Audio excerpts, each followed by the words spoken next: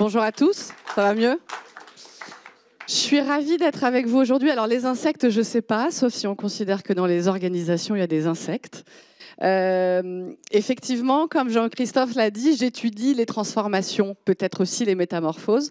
Je suis anthropologue de formation, docteur en sciences de gestion, donc j'arrive quand même à remettre un petit peu l'anthropologie dans les problématiques business du quotidien. Et je vais vous proposer un voyage, effectivement, au cœur de la collaboration. Alors, est-ce que ça vous parle, cette image? C'est une innovation. Est-ce que cette innovation extraordinaire d'une modernité déconcertante vous parle? Alors, on s'en approche? Alors, on s'en éloigne? Ouais, alors il faut qu'on aille un petit peu plus loin. On n'est pas vraiment en Europe. C'est une entreprise qui est unique, qui est à Bombay. Exactement. Voilà. Donc, je rappelle quand même que la première bonne réponse venait de madame aussi. Donc, il existe depuis plus d'un siècle. Pourquoi c'est une innovation? Je vous le partage maintenant et que vous compreniez aussi le principe, c'est que les Dabawala, ils transportent en fait les repas. Ils transportent les repas, donc c'est énorme, hein, c'est 5000 Dabawala, donc ce sont les personnes qui transportent ces dabas qui sont 260 000 dabas de repas distribués chaque jour. Donc vous imaginez un petit peu l'organisation. Pourquoi? Parce que les repas sont préparés à la maison, dans une approche aussi cultuelle. Ça nécessite de faire un petit peu attention à qui mange quoi, dans quel contexte, etc. Donc on ne mange que ce qui est préparé à la maison. On évite d'arriver avec un daba pour Jean-Christophe d'une poêlée de légumes, par exemple. Il ne serait pas heureux. Donc là, c'est le principe qui a été trouvé par ces dabas. Il n'y a aucun système informatique, vous vous en doutez. Ça donne à peu près... ça donne à peu près ça. 80 km parcourus pour certains, pour distribuer le repas du travailleur qui est parti chez lui le matin. Aucun système informatique. Aucune organisation de 40 copiles pendant 2 ans et demi avec les 15 meilleurs cerveaux de la boîte pour trouver la bonne méthode. En fait, c'est une méthode qui est très simple, hein. Ils sont acheminés à travers un système de codage absolument basique qui détermine le building où il est livré, là où on va le chercher, l'étage, etc., de manière à ce qu'on ait le moins d'erreurs possible. Est-ce que vous avez une idée à peu près du taux d'erreur? Regardez aussi dans vos process actuels le taux d'erreur.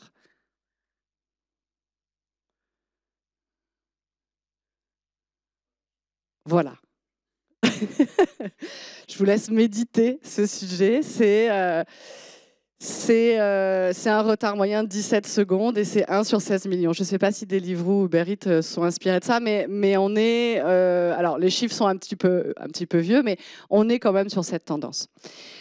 Pourquoi je vous parle de l'innovation? Parce qu'effectivement, l'innovation, c'est un sujet qui est clé quand on veut se transformer, quand on veut permettre en fait, à une organisation quasiment de s'auto-régénérer.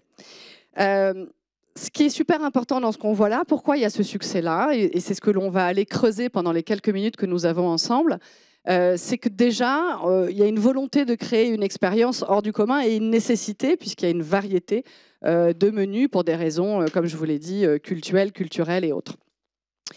Il y a une grande collaboration au travers des équipes. Donc ça, c'est aussi peut-être un élément à garder dans nos organisations actuelles. Un seul objectif qui est la satisfaction du client. Et puis, un sentiment de fierté et d'appartenance qui est très, très puissant. Les dabas sont vraiment reconnus comme des personnes hyper importantes dans la communauté du quotidien qui permettent à des milliers de personnes d'aller travailler et de pouvoir avoir un repas dans la journée. On va aller creuser un petit peu plus justement autour de la collaboration qui est de plus en plus présente. J'imagine que vous en êtes baigné aussi dans vos expériences, dans vos organisations, de travailler sur de la co-construction, sur des ateliers où des métiers différents se rencontrent pour pouvoir parfois réfléchir à des sujets qui sont très éloignés de leur quotidien. C'est donner vraiment son temps au collectif, donner du temps. Pour réussir à faire le codage que l'on a vu là, ça a été aussi cette dynamique-là, de donner du temps au collectif, Donc vraiment la capacité individuelle, la compétence, l'aptitude, les qualités individuelles sont dans une logique presque de dévotion partagée avec le collectif. Et je vous invite à regarder cette expérience pour créer aussi ce sentiment de fierté d'appartenance à une organisation. A big TV! You're looking fabulous! Oh, I need to. It's okay if you just want to stare at me as well. What I need is new socks and underwear. An Android tablet. Is that William beside you? And Cameron? Some Santa boots. Duck stuff installed. While the guests told their Christmas wishes to good old St. Nick, WestJetters took notes and got ready to shop quick. It was a great rush with the 2 flights in the air to get all those presents. Not a moment to spare. Donc c'est vraiment toute l'équipe WestJet qui a été investie sur le sujet.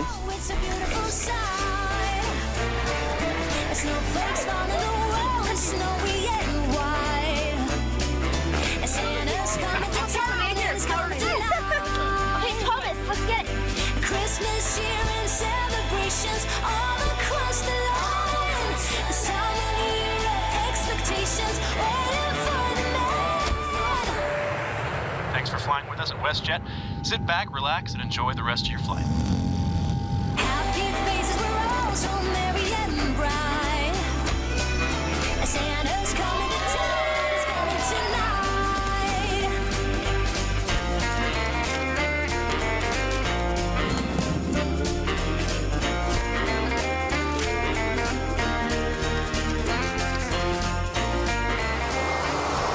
Vous avez tous senti cette petite angoisse de carrousel des bagages. Vais-je retrouver mon bagage? J'imagine peut-être récemment encore. We all had to wait for the moment of truth at Carousel 8.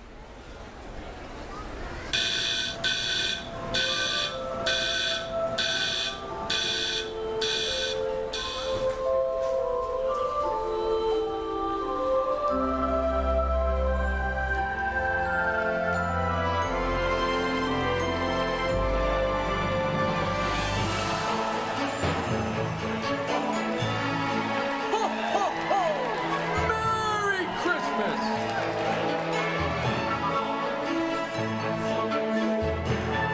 Alors là, on ne le voit pas, mais ce qui a été une très belle expérience aussi, ce qui a été remonté, c'est que les passagers entre eux s'aidaient pour se distribuer les cadeaux.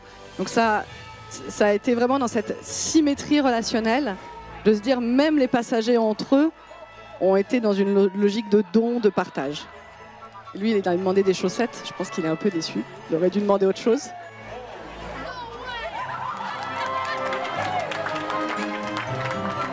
Faut toujours rêver grand, demander grand.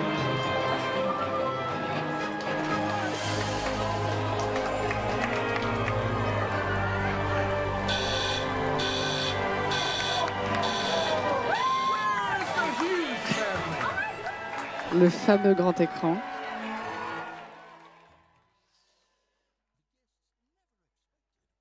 Et là, on revient.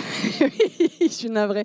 On revient à la réalité. Ce que je voulais vous partager, c'était effectivement cette logique de don, de partage, de temps, presque de dévotion au collectif.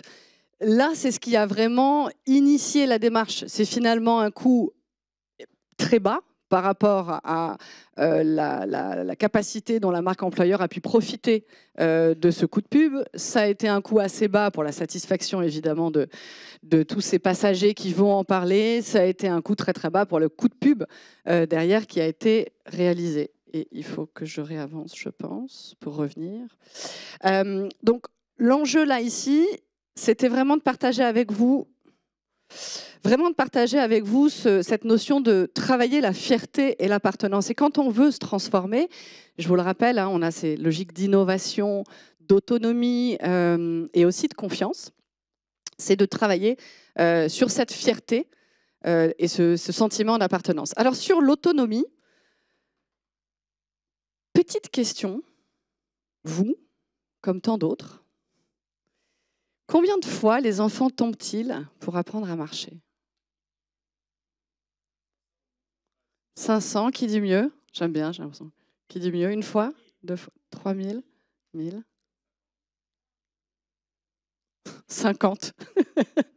C'est très efficace comme enfant. Il se met à marcher très très rapidement. Alors, on dit à peu près entre 1200 et 1600 chutes. Les chiffres sont un peu anciens, mais je ne sais pas si ça a été en s'améliorant. Tout dépend s'il y a un écran qui capte l'enfant au bout de la salle ou pas, peut-être, je ne sais pas. Mais en gros, c'est 1200, 1600 chutes.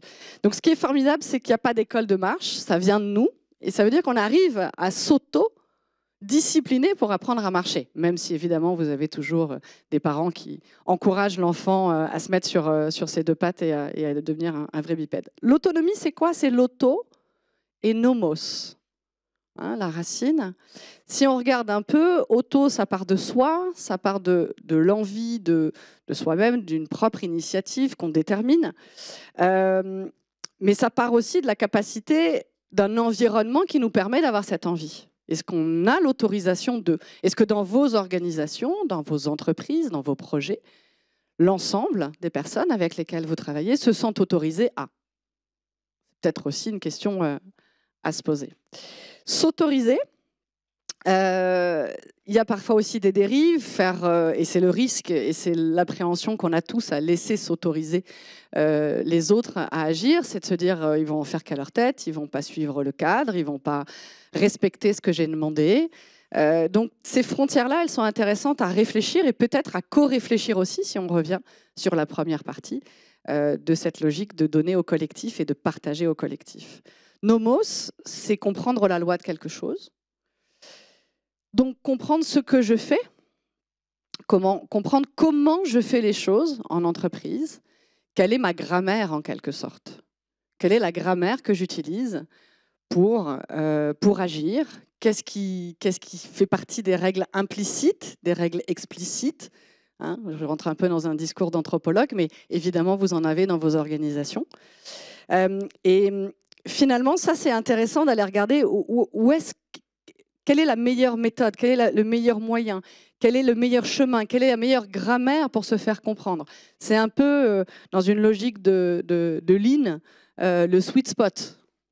C'est pas ça, hein, le sweet spot. Ça, c'est un truc cool, mais c'est pas ce doux endroit dans lequel on a envie d'aller. C'est comment, à un moment donné, la langue de votre entreprise, l'organisation, la démarche, la grammaire, elle est la meilleure pour le maximum d'efficacité et comment tout le monde arrive à partager cette grammaire en ayant peut-être aussi de l'autonomie.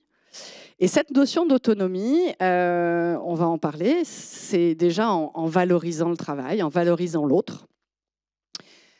Valoriser le travail, ça veut dire être capable de le communiquer.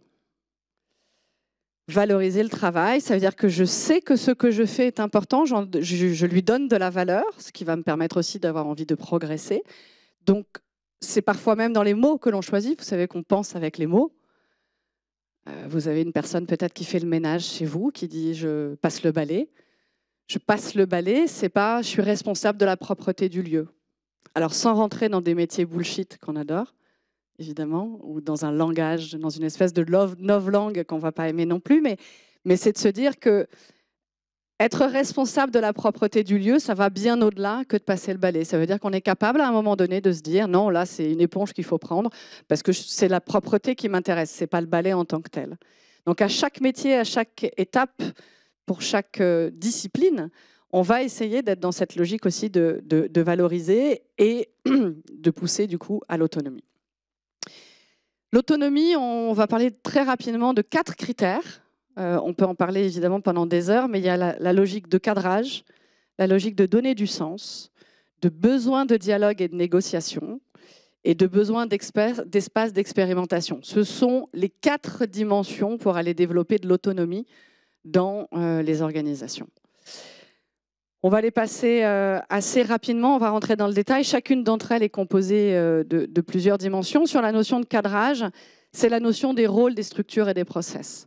Et vous avez cette espèce d'axe où vous allez essayer de vous positionner. Ça peut même être un petit jeu à l'issue de ce séminaire, de vous dire, OK, est-ce que les rôles, les structures et les process, ils sont compliqués ou est-ce qu'au contraire, ils sont parfaitement clairs, connus de tous et suffisants? Est-ce que les standards, les mesures des résultats pour les assurés, pour les clients, pour les collègues, pour l'équipe, pour la personne, est-ce que ces standards, ils sont nombreux? Est-ce qu'ils sont flous? Est-ce qu'ils sont au contraire simples? Est-ce que je donne de la visibilité? Un bon standard ne sera perçu comme standard que s'il a été rappelé. Hein. C'est un petit peu comme le feedback. Si vous ne donnez pas de feedback, le standard de qualité peut être donné au début, mais s'il n'y a aucune visibilité au cours du travail, ça ne fonctionnera pas. Ce ne sera plus considéré comme un standard. Et puis les modes de fonctionnement et les règles du jeu, notamment sur les salaires, qui est peut-être un sujet d'injustice, un sujet de flou. Toutes ces trois dimensions-là sont fondamentales sur la logique du cadrage. C'est des sentiments d'injustice quand les choses ne sont pas claires, et c'est pour ça qu'on va le mettre en premier. Après, au-delà de la clarté, c'est aussi de donner du sens. Parce que vous pouvez avoir un cadrage très clair, mais si vous êtes piloté un peu au quotidien sans être inspiré, ça ne va pas fonctionner. Est-ce que j'ai de l'information, de la visibilité sur le futur? Pareil, vous pouvez vous placer sur les axes, faibles, forts. Est-ce que c'est la bonne place? Est-ce que j'ai l'espace dont j'ai besoin, l'espace qui m'est donné? Est-ce que je me sens caché? Est-ce que je me sens coincé? Ou est-ce qu'au contraire, tout ça est préparé, communiqué, et j'ai vraiment une évolution possible? Est-ce que j'ai un bon rapport entre le collectif et l'individuel? Est-ce que je me considère un petit peu comme seul dans l'organisation, ou est-ce que je suis inclus? Et là, donc, pareil, hein, est-ce qu'on est dans des concurrences malsaines? Est-ce qu'on est dans des jeux d'injustice? Ou est-ce qu'on est au contraire dans de la coopération des objectifs communs? Et pour ça, il faut le communiquer. Pour ça, il faut que vous soyez légitime pour pouvoir le positionner. Ce cadrage et se donner du sens. Et il y a 3 briques là-dessus. C'est les 3 briques, moi, ce que j'appelle les 3 briques du leadership. Être capable de communiquer et d'être reconnu, que votre parole soit reconnue et entendue. Ce sont ces 3 briques-là. La légitimité opérationnelle. Ça ne veut pas forcément dire que vous devez savoir faire aussi bien que les personnes que vous dirigez, que vous accompagnez, mais il faut quand même que vous ayez votre légitimité opérationnelle. La deuxième brique, c'est la capacité à incarner, à développer de l'impact dans votre discours et à incarner votre discours. Les règles ne seront pas entendues, le cadrage ne passera pas et vous ne donnerez suffisamment pas de sens si vous n'êtes pas dans cette logique. Et puis l'assertivité. Petite définition de l'assertivité. Terme plutôt employé dans une logique anglophone que francophone. L'affirmation de soi dans l'acceptation de l'affirmation de l'autre. Pas de domination, pas de soumission. Logique assertive. L'assertivité et l'écoute. Donc on est sur ces 3 piliers-là du leadership pour pouvoir effectivement être repéré comme légitime pour donner du cadre et donner du sens. Alors je vous ai dit tout à l'heure, on avait 4 dimensions de l'autonomie. On va aller sur la 3e. Et là aussi, c'est la question de l'autre, le besoin de dialogue, le besoin de négociation. Est-ce que quand vous managez, vous dirigez, on est dans un dialogue plus ou moins ouvert, c'est descendant, c'est apaisé, vous retrouvez ces notions d'assertivité. Est-ce que je fais partie d'une équipe dans laquelle on construit ensemble ou est-ce que je suis à l'extérieur? Est-ce que je suis associée aux décisions qui me concernent?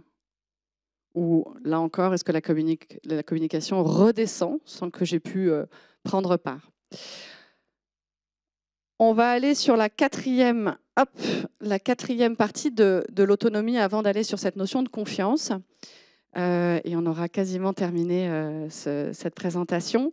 Le besoin d'espace d'expérimentation. Pour pouvoir être dans l'autonomie, il faut avoir un jardin un peu assez grand. Si c'est une autonomie seule sur ma chaise, je vais pouvoir réfléchir à la manière dont je vais ranger mes stylos sur le bureau, mais c'est un peu limité. Mon manager a défini ce qu'il garde et pratique une vraie délégation. Donc, est-ce qu'il veut tout contrôler ou est-ce qu'au contraire, on est dans une logique de délégation éprouvée? Est-ce que les délégations sont bien organisées? Est-ce que c'est je te délègue ça aujourd'hui, mais je te le reprends demain? Est-ce que mes activités sont variées? Est-ce que je progresse sur des domaines nouveaux tout en gardant aussi des activités que je maîtrise bien ou parfois des activités que j'aime faire, on a du mal à déléguer, tout simplement parfois parce qu'on aime faire certaines tâches, certaines missions. Donc je vous invite à réfléchir à ces dimensions-là pour chacune de ces catégories de l'autonomie. Vous dire, est-ce que finalement, je pourrais faire bouger un peu les curseurs? Et puis après, tout l'enjeu, c'est de se dire comment je les fais bouger. Il faut créer un climat de confiance, même pour que les enfants apprennent à marcher. Et c'est ça, en fait. Pour qu'il y ait de l'autonomie, il faut qu'il y ait ce sentiment de confiance. Est-ce que vous connaissez les dimensions de la confiance? Qu'est-ce qui vient finalement nourrir la confiance? Qu'est-ce qui est important pour la confiance? Oui, Élise? Pardon? Les actes, ouais. La bonne gestion des conversations difficiles. L'écoute. Le respect. Hein, on va aller sur les valeurs. Et puis alors là, sacré sujet à l'échelle de la planète. En fait, ce sont ces 3 éléments-là qui participent à la confiance. Ce qu'on appelle la logique, c'est tout ce qui est autour de la structure. Je fais ce que je dis ce que je fais. C'est la logique. C'est pour ça qu'on ne fait pas confiance, par exemple, aux fous, parce qu'on ne comprend pas leur logique. On ne comprend pas le raisonnement, on n'est pas sûr qu'il va faire ce qu'il dit ou qu'il dit ce qu'il va faire. On n'a pas leur grammaire, si je reprends encore cette logique-là. Donc, le premier élément, c'est cette notion de structure, de logique. C'est cadré, je comprends où je suis. Deuxième élément, c'est l'authenticité. L'authenticité, on sent qu'il y a une forme de sincérité, de transparence. Ça ne veut pas forcément dire qu'on dit tout, mais en tout cas, l'autre est authentique vis-à-vis de nous. Et puis la dernière, c'est l'empathie. C'est la capacité à comprendre et à se mettre à la place de l'autre, à comprendre ce que l'autre ressent. Et ce n'est pas que juste comprendre ce que l'autre ressent, l'empathie. Alors, se mettre à sa place, ok. Plaît-il? Ouais, sans être non plus dans de la compassion, parce que sinon, tous les médecins seraient morts s'ils avaient de la compassion. Il faut de l'empathie.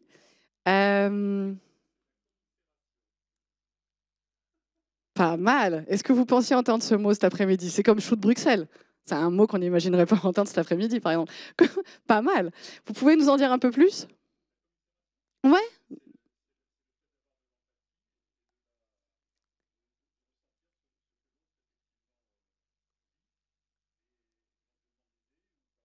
Alors, ce qui est intéressant dans ce que vous dites, c'est la fin, c'est éventuellement de l'aider ou pas. L'empathie, c'est j'essaie de faire l'effort de comprendre ce que l'autre ressent et je m'adapte. Parce qu'on connaît plein de personnes qui comprennent parfaitement qu'à un moment donné, ils sont en train de vous énerver, par exemple. Ils perçoivent parfaitement votre énervement. Ils sont parfaitement mis à votre place. Mais est-ce que pour autant, ils s'adaptent? Non. Ouais, oui, exactement. Ouais, je m'en doutais. Donc l'empathie, c'est ça. L'empathie, c'est vraiment d'aller jusqu'au bout. À nous de voir si c'est aider, si c'est transformer sa façon de faire, si c'est juste faire bouger un curseur. Mais l'empathie, c'est aussi aller donc au bout à s'adapter. Donc la confiance, c'est travailler sur la structure. Est-ce qu'on a une grammaire qui est compréhensible par tous? Est-ce qu'on travaille aussi sur sa notion d'authenticité? Donc est-ce que quand on dit parfois le cerveau peut vous tromper, le cœur jamais. Est-ce que quand la personne est avec vous, vous la sentez vraie ou pas? Est-ce que vous arrivez à sortir aussi un peu de votre coquille pour faire ça? Parce que parfois les gens me disent oui, moi je suis pas à l'aise, je suis plutôt introverti. C'est pas un problème d'être introverti, c'est une question d'être relié effectivement à l'autre et du chemin que l'on prend. Et puis de l'empathie. Alors, si on va sur cette notion aussi de confiance, et on arrive au terme de notre échange, c'est de travailler aussi entre cette notion et ce juste équilibre, et ce difficile équilibre, mais qui est sans doute celui que l'on essaie de trouver tout au long de notre vie, entre espoir et doute. Et c'est très ténu, l'équilibre qu'il y a entre j'ai l'espoir d'arriver et l'envie, et le doute est quelque chose qui me retient, et c'est un peu marcher comme sur un fil. Donc tout l'enjeu, c'est de travailler là-dessus. Et si ça vous intéresse, il y a une vidéo que nous ne verrons pas aujourd'hui, mais qui est comment on peut s'entraîner à la confiance. Je pourrais vous la mettre en référence. si vous avez justement envie de vous exercer à cet équilibre ou à ce travail d'équilibriste entre doute et espoir. Alors, on arrive au terme de notre échange. Je voulais partager avec vous ces notions de confiance, ces notions d'autonomie, d'adaptabilité, d'innovation, de capacité à se transformer. Et ce sont ces trois composantes essentielles que l'on doit essayer d'aller peut-être mieux définir, s'approprier, faire évoluer dans une entreprise pour pouvoir l'aider aussi et aider vos équipes à se transformer et à libérer cette capacité d'autonomie. Merci beaucoup.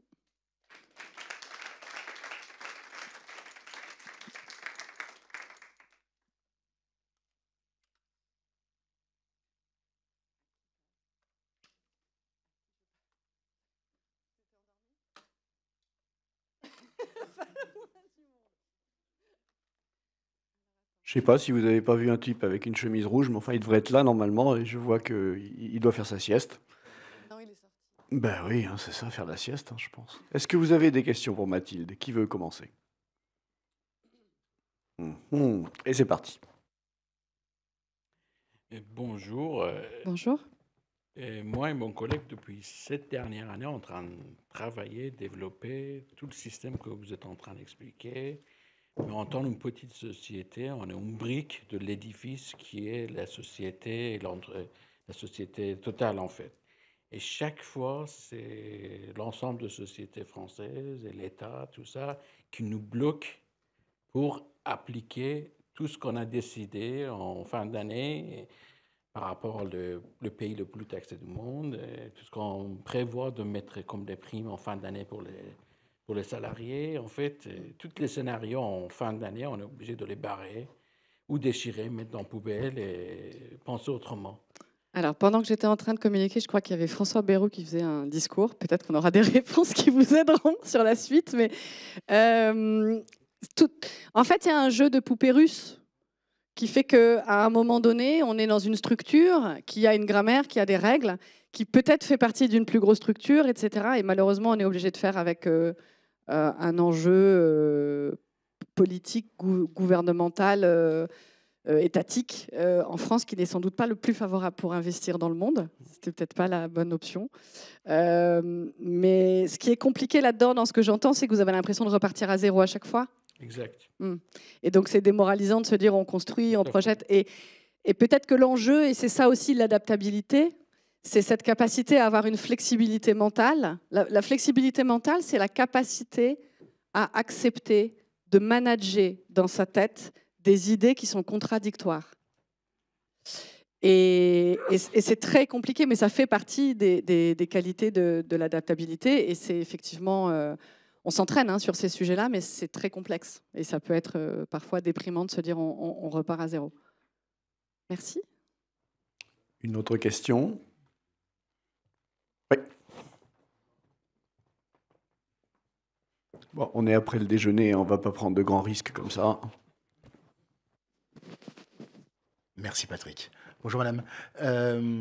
J'ai regardé avec attention votre triptyque là sur la confiance. Mais c'est un triptyque pour faire confiance ou pour donner confiance?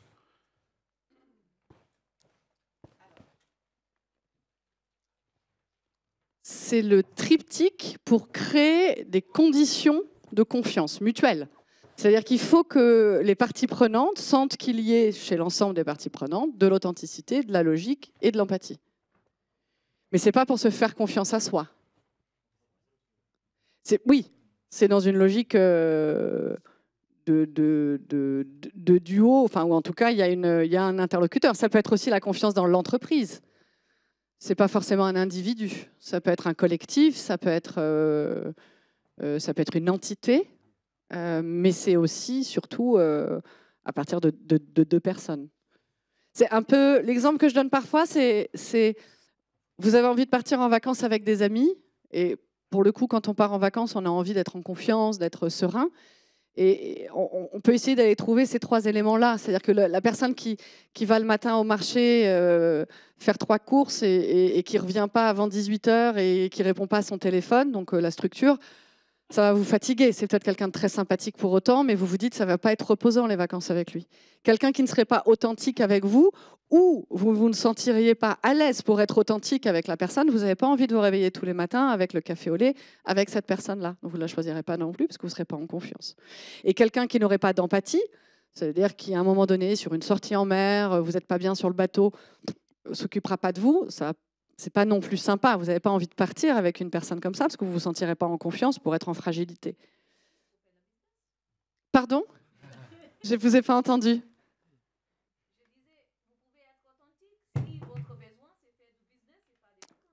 Ah oui, alors voilà. Là, ça, oui, pour le coup, plus de questions de marché et de café au lait. Enfin, rester sur du business, oui, c'est vrai. Est-ce qu'il y a d'autres ? Oui. On parle beaucoup de l'autonomie, mais on a aussi l'indépendance. Est-ce que c'est possible de donner la différence entre les deux ? Je sais, par exemple, on entend beaucoup les jeunes, ils disent moi je veux de l'indépendance, je veux de l'indépendance. Oui, alors il a oublié nomos, qui sont les règles, le jeune. L'indépendance, c'est je fais à côté d'eux. Je ne fais pas dans et je ne crée pas une grammaire, si je reprends encore cette image de la grammaire, mais je ne crée pas de grammaire qui peut être transmise aussi à un autre, qui peut être comprise aussi par un autre. L'indépendance, il peut faire dans son coin sans avoir d'interaction. L'autonomie et la grammaire et le nomos, c'est aussi cette capacité à avoir une grammaire que je peux t'apprendre, qui peut se combiner à une autre. Donc c'est quand même cette logique-là, d'être beaucoup plus dans une volonté de transmettre et de pouvoir aussi s'inscrire dans un collectif un peu plus grand et dans un cadre, dans quelque chose qui est cadré. Allez, une dernière question. Mathilde, merci. Merci. Très intéressant. Et j'adorais l'image de Dabavala jusqu'à amener à la confiance à la fin. Mais dis-moi, comment ce que toi, tu nous viens de montrer peut être utilisé, appliqué pour un entrepreneur au sein de l'équipe? Tu donnes un sort de questionnaire, on dit, OK, il y en a pas. On fait pas parce que c'est quelque part très subjectif, c'est autosuggestion. Comment tu appliques toute cette partie au sein d'une équipe? Alors, sur la partie de l'autonomie, sur les 4 dimensions qu'on a vues, effectivement, ça peut déjà être un travail qu'on fait soi-même, d'analyse, d'introspection, de se dire à peu près là où j'en suis. Après, moi, ça fait 15 ans que j'accompagne des organisations dans de la transformation, où on va aller par des dispositifs qui peuvent être très variés, qui peuvent être des ateliers, des moments de partage, des formations plus descendantes, ce qu'on va appeler des ethnos, où on va aller faire des vies ma vie, où on va aller travailler justement à comprendre la grammaire de l'autre. C'est en travaillant sur l'ensemble d'un collectif. Si on parle d'un collectif, une personne seule peut le faire presque toute seule, si on veut. Mais sur un collectif, c'est l'ensemble de l'organisation qui doit être dans cette démarche de co-construction, de collectif, de curiosité de l'autre. Et parfois, c'est en étant hors les murs. C'est aussi ce qu'on peut faire avec certains de mes clients, c'est-à-dire qu'on va aller voir des entreprises qui sont dans des organisations, des structures, des dimensionnements de boîtes totalement différents pour aller apprendre peut-être quelque chose de leur fonctionnement qu'on va pouvoir mettre à disposition de notre propre fonctionnement. Et c'est là aussi où vous voyez la grammaire s'enrichit. C'est tout l'enjeu de l'accompagnement au change et à la transfo. Merci Mathilde. Merci pour votre écoute.